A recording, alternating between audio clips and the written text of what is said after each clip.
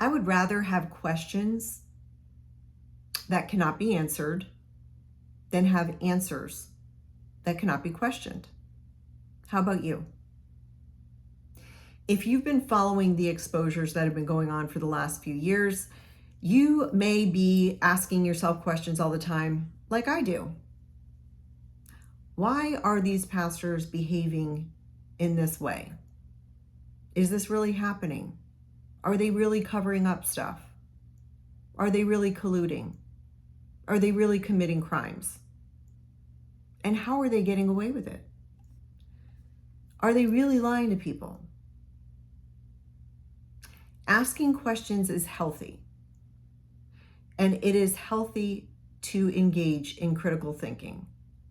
And that's the goal of my channel. I want to promote critical thinking. I want to promote the asking of questions with healthy dialogue. People can come here and make comments and ask questions and engage in communication with others on this channel and talk about their experiences and share their experiences and share their wisdom and their knowledge. That happens all the time, and I appreciate that.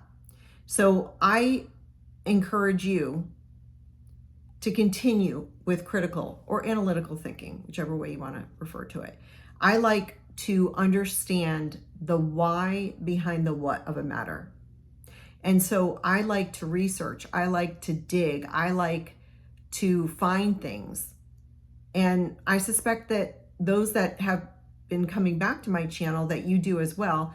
But I would encourage you to keep doing your research. Don't just take your favorite podcaster's word for it. You want to keep doing the research. You want to keep checking what you find out and comparing it to scriptures. You want to be led by the Holy Spirit.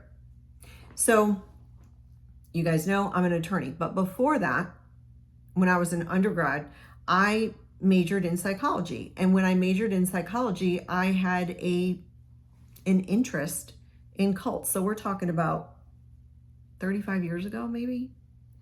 I mean, it was a long time ago.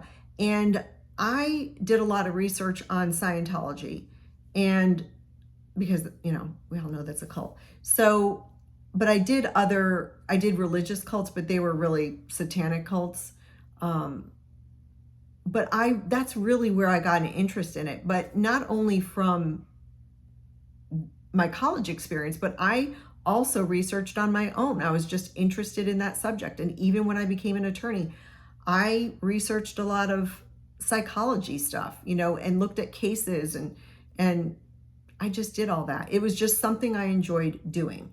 And I suspect a lot of you do as well. And that might be why you're here, and even on other channels that will talk about these things. So because of that, because I have thought and I think about these things, I pray about these things that, you know, I mull around in my mind, asking the Lord to lead me on what I do next on this channel, I've come to realize that not only in what we're seeing, right, with the exposures, not only is there a spiritual component, but there might be an underlying psychological operation, which is a psyop. So you've probably heard that term before, and it is typically a term used in the military. A psyop is short for psychological operation. It is a planned and coordinated effort to influence the emotions, motives, objective reasoning, and behavior of a target audience. And they do this to achieve a specific outcome. And I'm talking about this in the context of these mega ministries, these churches. It could even be a small church. And I believe that some of the behaviors that we've been seeing, that we have seen, that we continue to see by Mike Bickle, Michael Brown, Joni Lamb, Gary and Brenda Cassie, Perry Stone, Art Lucier, there's so many others. They appear to have some elements of an underlying psychological operation or psyop. And I do not believe that it is a coincidence that a 7-part docuseries is coming out called The Religion Business, just in days from now. It's coming out on Thursday, July 10th. And here we are with all these podcasters that are doing these videos and talking about what has been coming out in regard to the behavior of these pastors and megachurch leaders. I just don't find that it could possibly be a coincidence. I believe that it is God's timing. So you may have heard about this docuseries. I recently heard about it in like maybe the last month or so. And then you know how it is. Then once you hear about it, then you see it all the time. It's just like you buy a new car and then all of a sudden you see that same car driving around and you never noticed it before. So my friend Elizabeth Davis, she interviewed the 2 gentlemen who created the documentary. And I'm going to share her links on here. So if you want to purchase it, you can do that. And I will make sure that I remember to link it in the description. So this docuseries called The Religion Business, it is a 7-part investigative series directed by Nathan Apfel and produced by Chris Ayub. And it addresses the modern religious institutions and how they have evolved into major financial enterprises that lack in transparency and accountability. So they appears to be addressing the financial aspects of these churches. So I've been mulling over the idea of this video for quite some time, for several weeks. And I really did a lot of research, but I'm culling it down because I don't want it to be that long. So I'm not getting into a real deep dive. It's kind of a cursory overview, so to speak. And so I decided to make it as short as possible just to get through the information and see how you respond if maybe I'll do something else in that regard. And also in the context of the people that are pictured in the thumbnail. So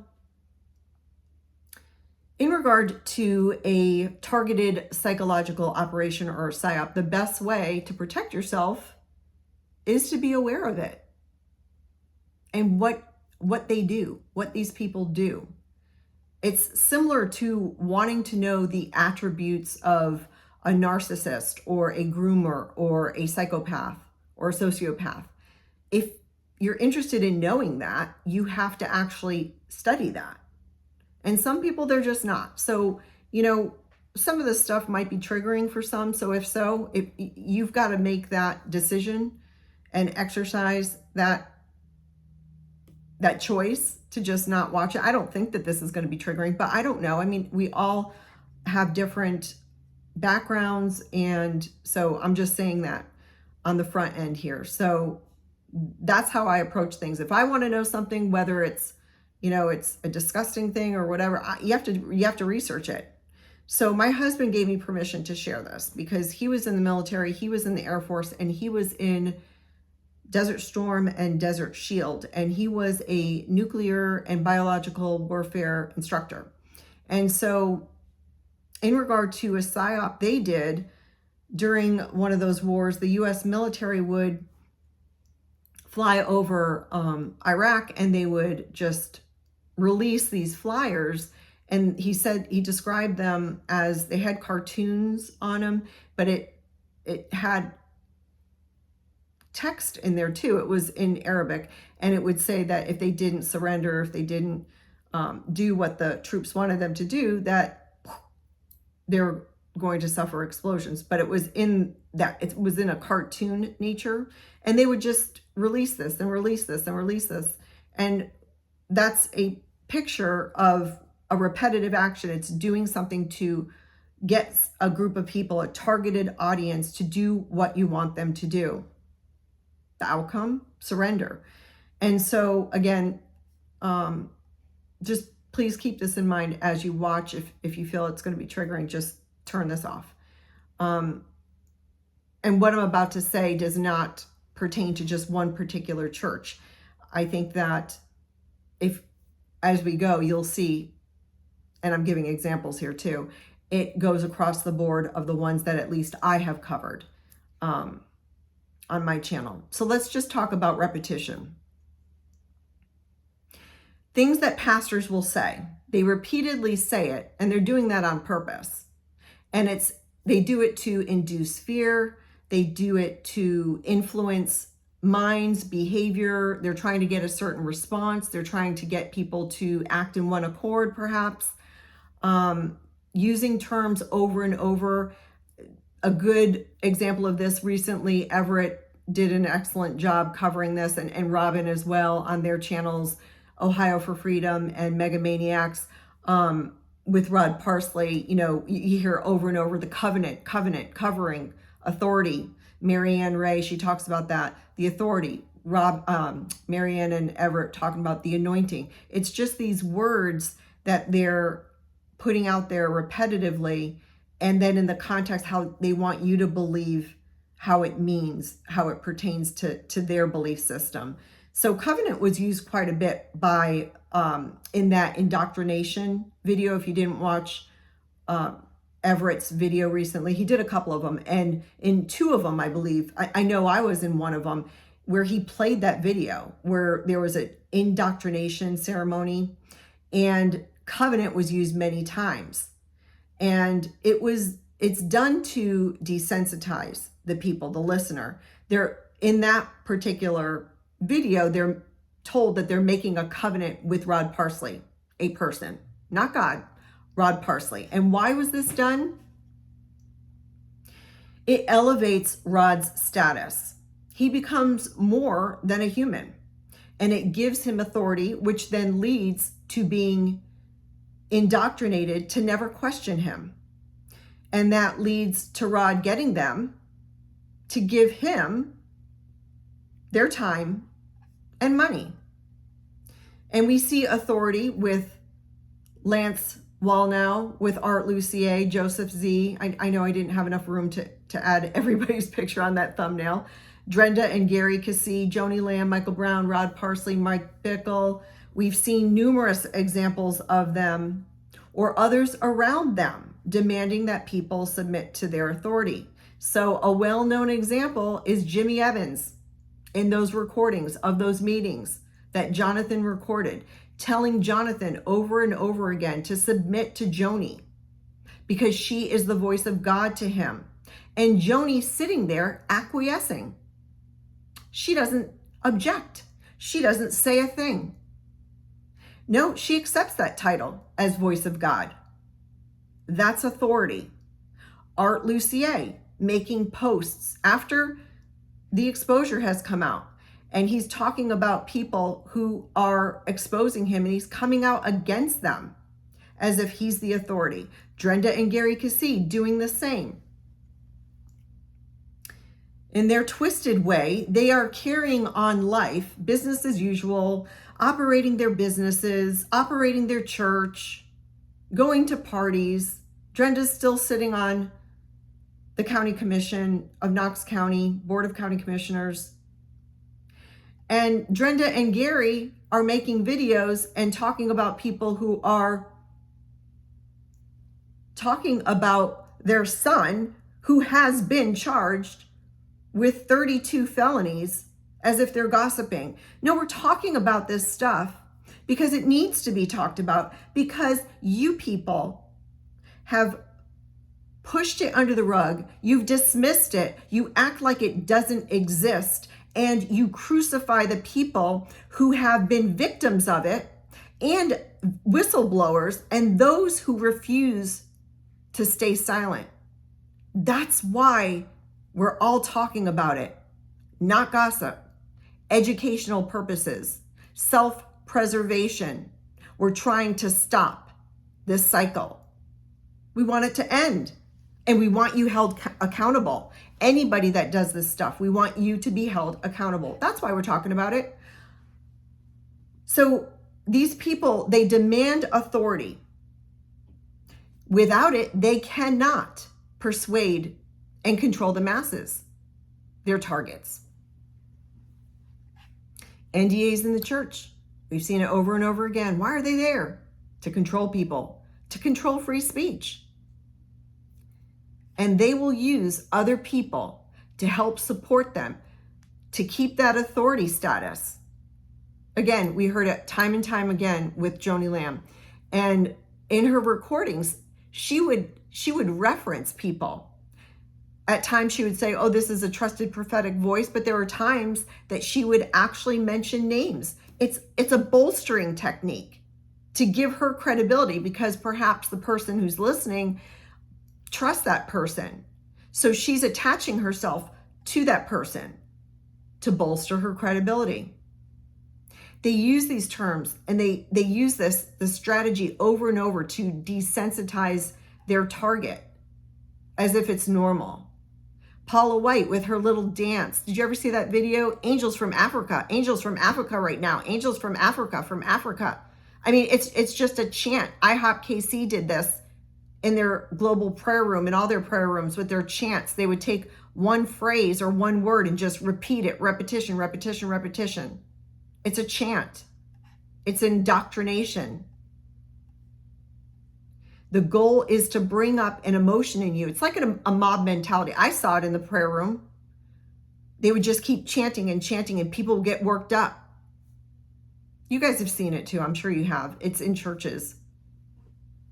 And when you're operating in emotion, it shuts down your critical thinking. You can't logically think anymore when your emotions are overrun and now you're in emotion mode. And that's what they want. If you see that, it's a red flag. Mike Bickle did this in his sermon, his last sermon, which is referred to as the Dark Horse Sermon.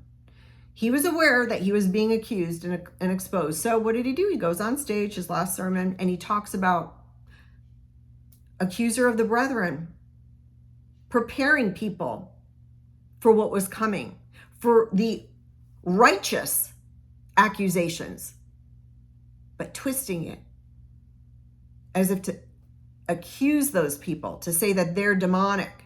He laid that groundwork. He prepared the way. That's what he did.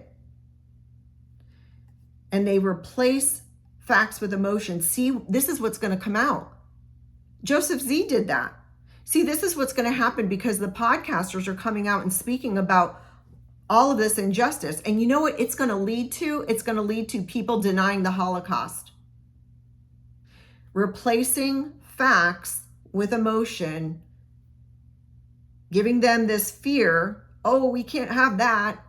So then align yourself with me and believe my way, the demented way. That's what they're asking of you. Michael Brown is a master of this. Do you remember his interview with Heather Schott and others? And he repeatedly began to cry when he talked about how his behavior, although he didn't put it in that context, no, he blamed what the people were saying, the whistleblowers, the victims, because of their actions, how it affected his wife. You repeatedly saw that, how it affected his wife. His interview was a ploy to bypass the facts, play with your emotions, focus on the emotions of the masses, of the target, and many bought it. A very good example more recently was Brady Boyd, because I saw comments, people bought it. He got up on stage and told his congregation that he would never lie to them. He claimed that he did not know that Cindy Clemenshire was 12 at the time that she was essayed by Robert Morris. He focused on their emotion. How? Very similar to Mike Bickle. You prepare the way. So he opened by telling everybody about two bad things that just happened, one to his wife and one to his friend's son. He laid that groundwork. This is manipulation. Drenda Cassie has a book, They're Coming for Your Children. Well, doesn't that lend credibility to someone that has a book where she's talking about people that are trying to exploit and expose children? Right. we have to open our eyes. Don't you know that there are agencies out there that claim to be doing good work? Let's take, for example, sex trafficking. There are agencies out there that claim that they are helping sex trafficking victims. Come, we'll help you. And they are actually the ones that are doing the trafficking.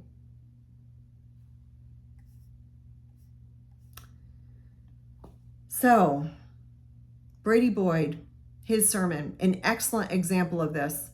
And it's actually a blessing that we're seeing this in real time, because God's peeling back that veil. He's peeling back that darkness so that we can see what has been going on in the darkness. It's being brought to light. And you have a choice, folks. You have a choice. We all have free will. You can choose truth. You can choose lies. You can choose somewhere in between. You can choose to do your research, which I highly recommend. We must pay attention because these pastors are running a psyop. These pastors they'll also create something new, something exciting, something dramatic. Think about Sean Bowles. Recently, he's been, it's been years, but he's more recent. I've seen him more coming up about the data mining, about using Facebook, social media to gain information, and he will allege that he's hearing from God and giving them a prophetic word, when actually he's just data mining. He's just getting the information off the internet.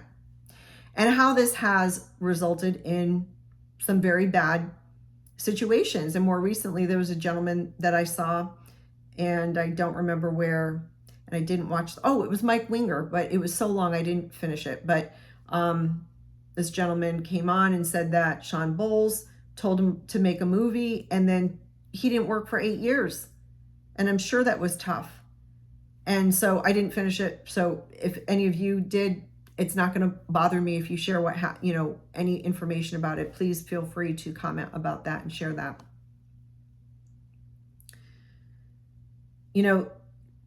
This ooh and awe factor with the prophetic, people want that word.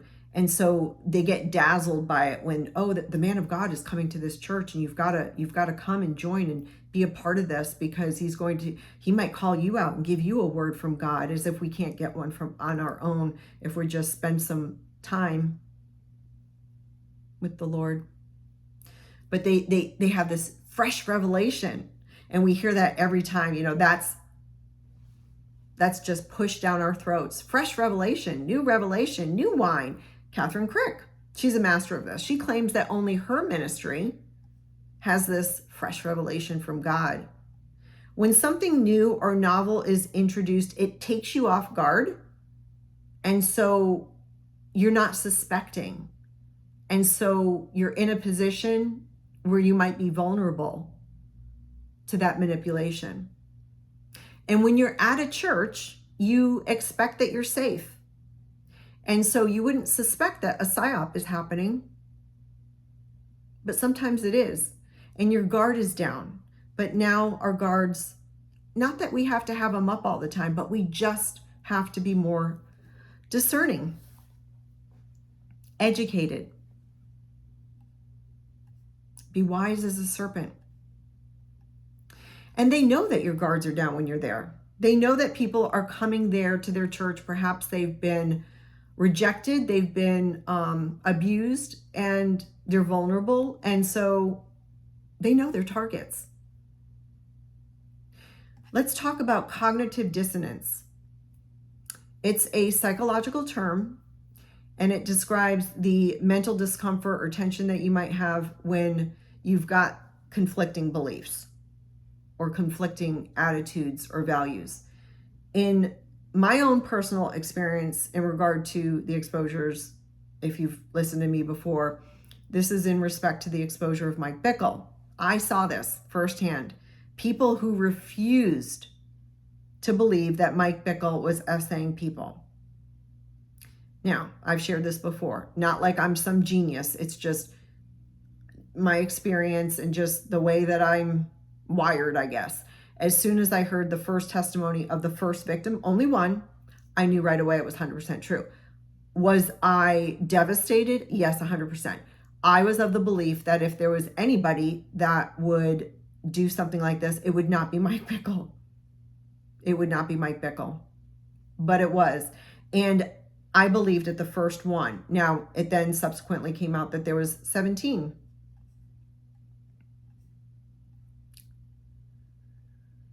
And based on statistics, it's more likely than not that there's more than 17. I mean, he was doing this for decades, at least 4 decades. And a psyop will manipulate in this way with cognitive dissonance, and they will work on their victim. They'll start small. They'll get them agree to do things that normally they wouldn't do. I don't want to tell a little lie, and then they'll get them to do that because it's all in the name of doing this, promoting this for the Lord. We have to do that, whatever it is. You all have probably experienced it, but that's what they do. And then they increase it so that you're desensitized. And then voila, you have no problem doing the big thing that they wanted you to do from the beginning. That was the target. They're all little agreements that results in you unconsciously being manipulated.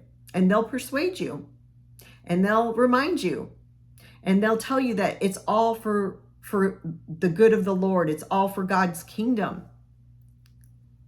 because that's what they utilize in church. That you're feeding the poor, you're giving to this noble cause, this charity, or taking care of women or children, or advancing missions, buying Bibles, whatever it is, digging wells, building houses, all in the name of the Lord.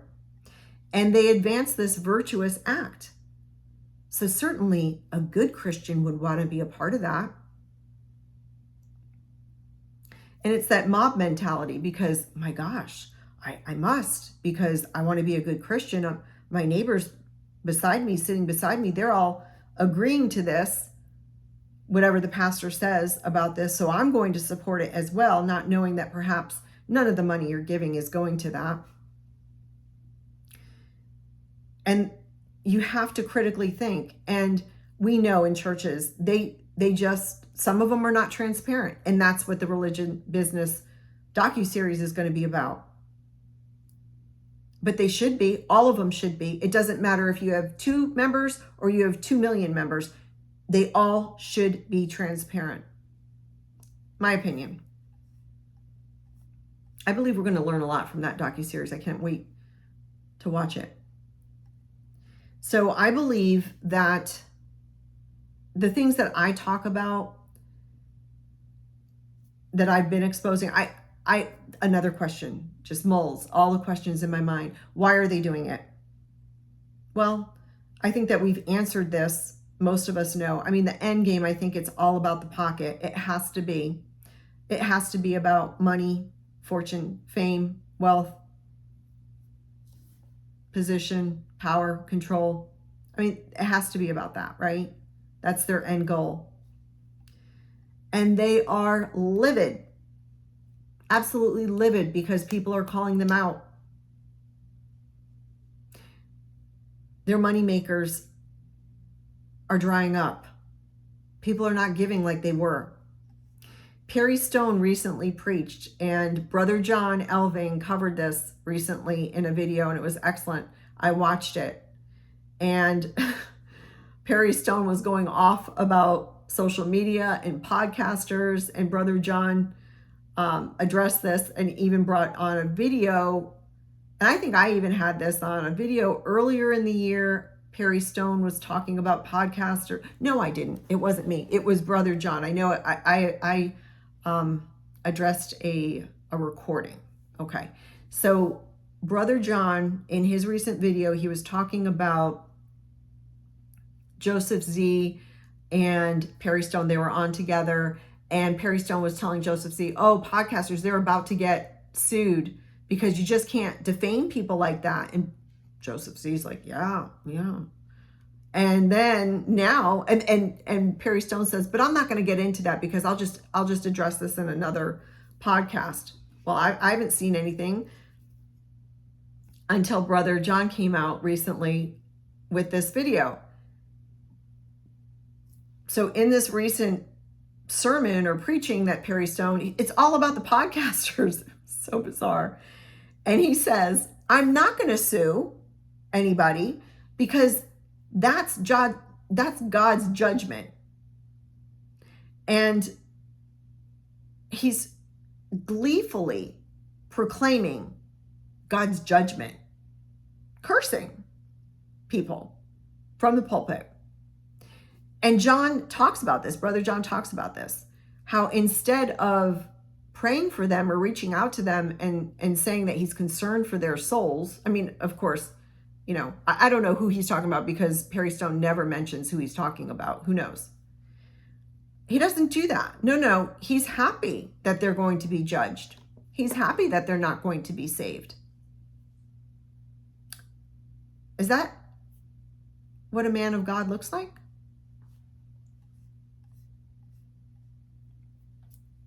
Let's talk about ad hominem attacks. I've talked about this before on my channel. It's something that I deal with all the time in my work as a lawyer. It's where someone attacks the person that's making the argument rather than the substance of the argument itself. How I like to phrase it in my line of work is they've run out of arguments, they've run out of facts or law to support their arguments, so they sink to the level of a personal attack. It's just something I deal with all the time. And we see these with these pastors. We've seen it with Art Lucier attacking people's credibility. We see it with Perry Stone attacking the podcasters, calling them alleged Christians. Lance Wallnau likes to do this. He really likes to do this as well. Michael Brown likes to get others to do this because he's a master manipulator. And I spoke about this in my video from yesterday when I was going over a recent lawsuit by a church leader in a church that was started by the Newsboys owner, father, Colin Campbell.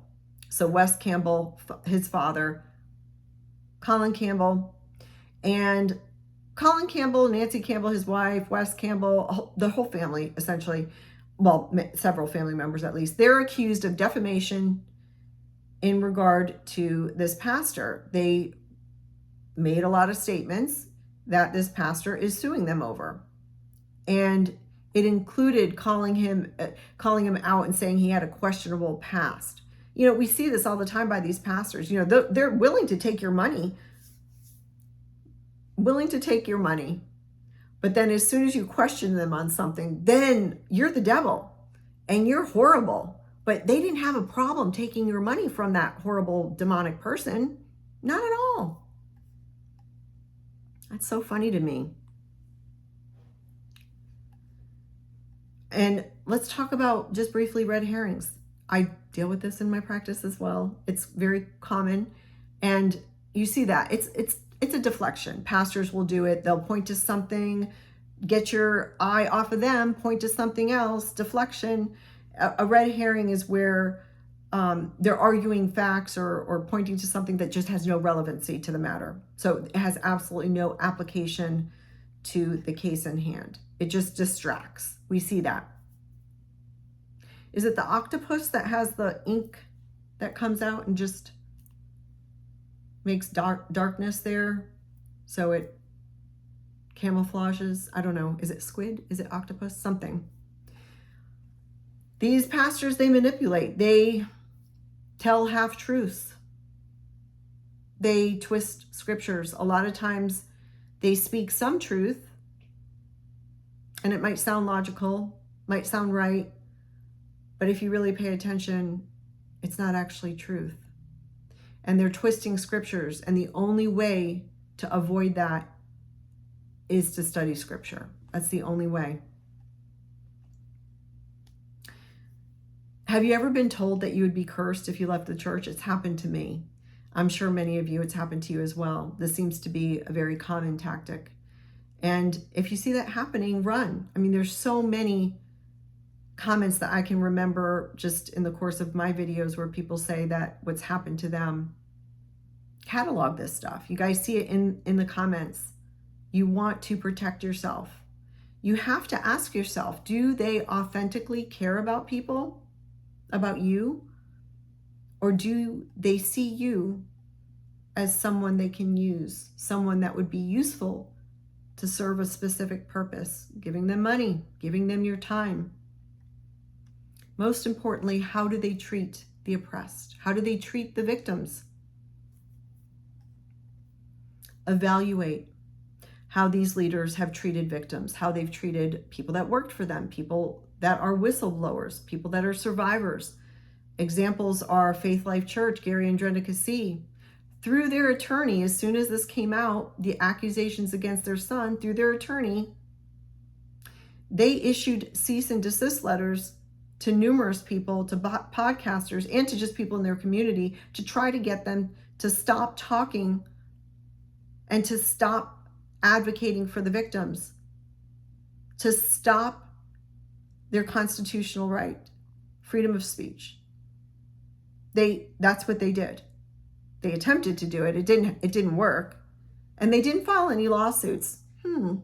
Like Joni Lamb, she did the same. Didn't file any lawsuits.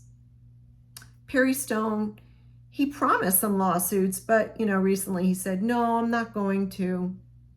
He probably consulted with an attorney and realized, yeah, they're going to get to know everything about you and all your bad deeds. I'll pass. And instead, Brenda says about the accusations and the charges against her son, oh, there's another side of the story. Anyone can be accused of anything. Folks, pay attention to how these people treat the oppressed. Mike Bickle going after the advocacy group and his entourage doing the same, mostly his entourage, his mob. Going after the victims who are brave enough to come forward, to step out of the darkness and into the light. And many people embraced them and advocated for them. Thank God. You know what Mike Bickle did? He demanded that those victims of his come to him individually in the spirit of Matthew 18. How insane is that? As if a woman who has been essayed is going to go to the perpetrator by herself. Please, sir, what kind of conversation is that? You go to the police. You never have a conversation with that person. This is insanity. It's demonic. And how did Art Lucier treat his victims?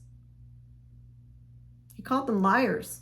He went on social media with a pathetic apology to Joe. He demonized his daughter and his daughter's husband. How did Michael Brown treat his victims? He blamed them. He blamed the whistleblowers, called them of, I'm not quoting it, but questionable credibility. Their credibility is questionable about those that saw him, who he had Sarah on his lap. He would get anyone to stand on his side, to stand with him in his sin. And he's very, very successful in doing that with the shots. Yeah, the ticker tape parade, remember? Confetti parade for him. How that must really grieve God, but doesn't matter to them. And how Joni treated people who worked for her. Joni treated her own family. Susie was essayed by a contract employee, the chiropractor, and they paid him off. Told her not to talk about it. But then, after all the exposure, when she did bring it up, what does Joni do? She calls her a liar, says that never happened, and calls that perpetrator who essayed Susie a good man. Calls her own son a liar. That they made this up about their daughter. That Jonathan and Susie's daughter, 5-year-old, made it up about her essay. Why would anybody make anything like that up? It's so beyond it's so beyond logic. They don't even see how ridiculous it sounds, but they believe it themselves. And you know what? I'm sure there's somebody out there right now listening and they're like, yeah, I agree with Joni. You have every right to agree with Joni. Every right. You have free will. And Joni, what did she do? She went to the department store to harass and heckle Jeanette Hawkins, who was working at the cosmetic counter, because Jeanette refused to work for an immoral company. Pay attention to how these people treat those who worked for them, their own family members, anybody that comes against them.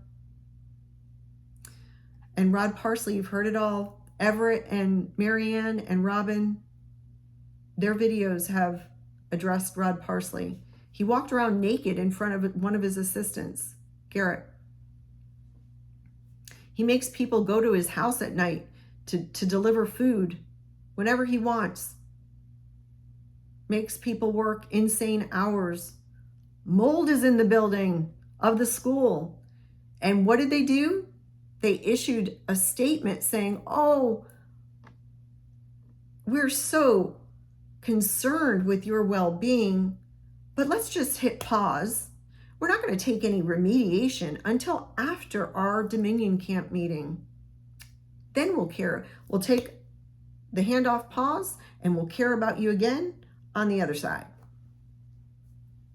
Can you guys not see that? And then we have the colluders. They're the dangerous ones, really dangerous.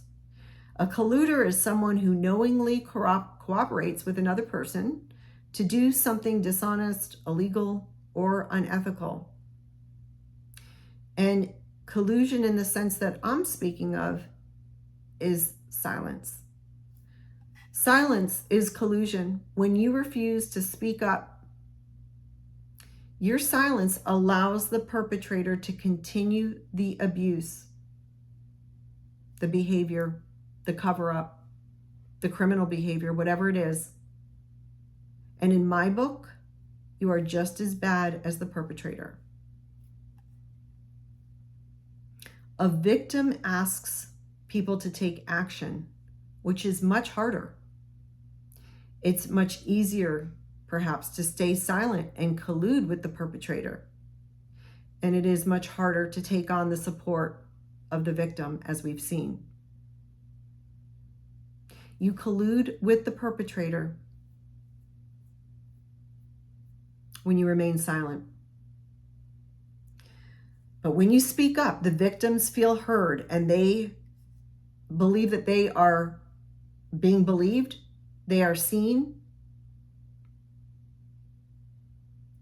Especially if you have a platform, which, like this, I've shared this numerous times. This is why I'm here, to speak out, to help survivors. Some people just can't speak out for themselves. Some can, but they still need assistance. Some are going through that healing process and they are getting even more healed because of the podcasters who are speaking out in support of the oppressed, of the abused, of the victimized.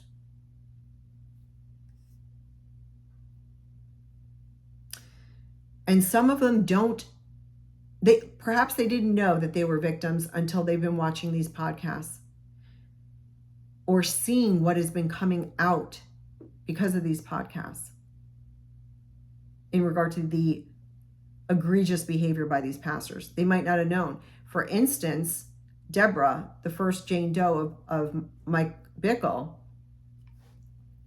she didn't realize that she was a victim until she was watching a documentary on Bill Cosby. That happens. That's normal. But people love to attack it. One factor of colluding is the misogynistic attitude. And it's not only men that have it. Both women and men can have a mindset or belief system that reflects their hatred of women, their contempt or prejudice of women. I've seen it. When I was a prosecutor, I noticed that there were some women on the jury that were much harder on female women or just female, even female children, as opposed to if the witness or the victim was a man. I saw it.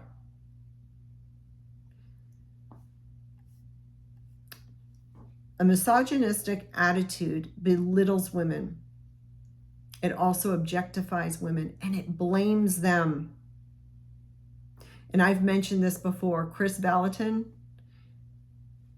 I've seen 2 different sermons he's done on stage where he belittles women and blames them and shames them for being a victim of SA because of what they were wearing. This misogynistic attitude is in the church, and both women and men display it. And recently we've seen it in the Sean Combs trial. I cannot count the amount of comments I've seen from both men and women who blame Cassie Ventura.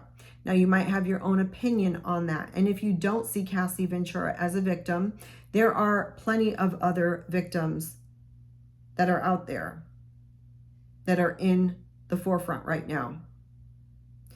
How did you act towards the victims that came out that were victims of Jeffrey Epstein and Ghislaine Maxwell? Did you blame them? Because many people did.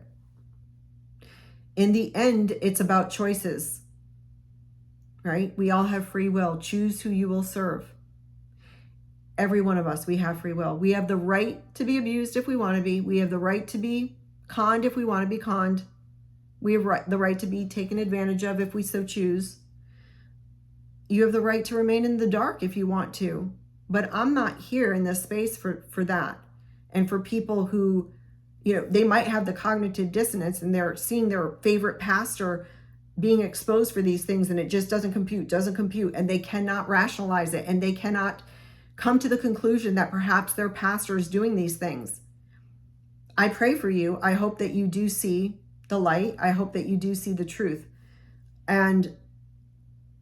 But my space, what I'm here for, are those that have been victimized. They know they have been. They know the truth. And I'm standing on the side of truth with you. So I'll choose the more difficult path. I'll take action in the form of this podcast. I'll put myself out there and I'll support the victims. And I'll continue to question things because I would rather have all these questions in my mind, even waking me up at night, versus accepting answers from some self-appointed authority figure who refuses to be questioned.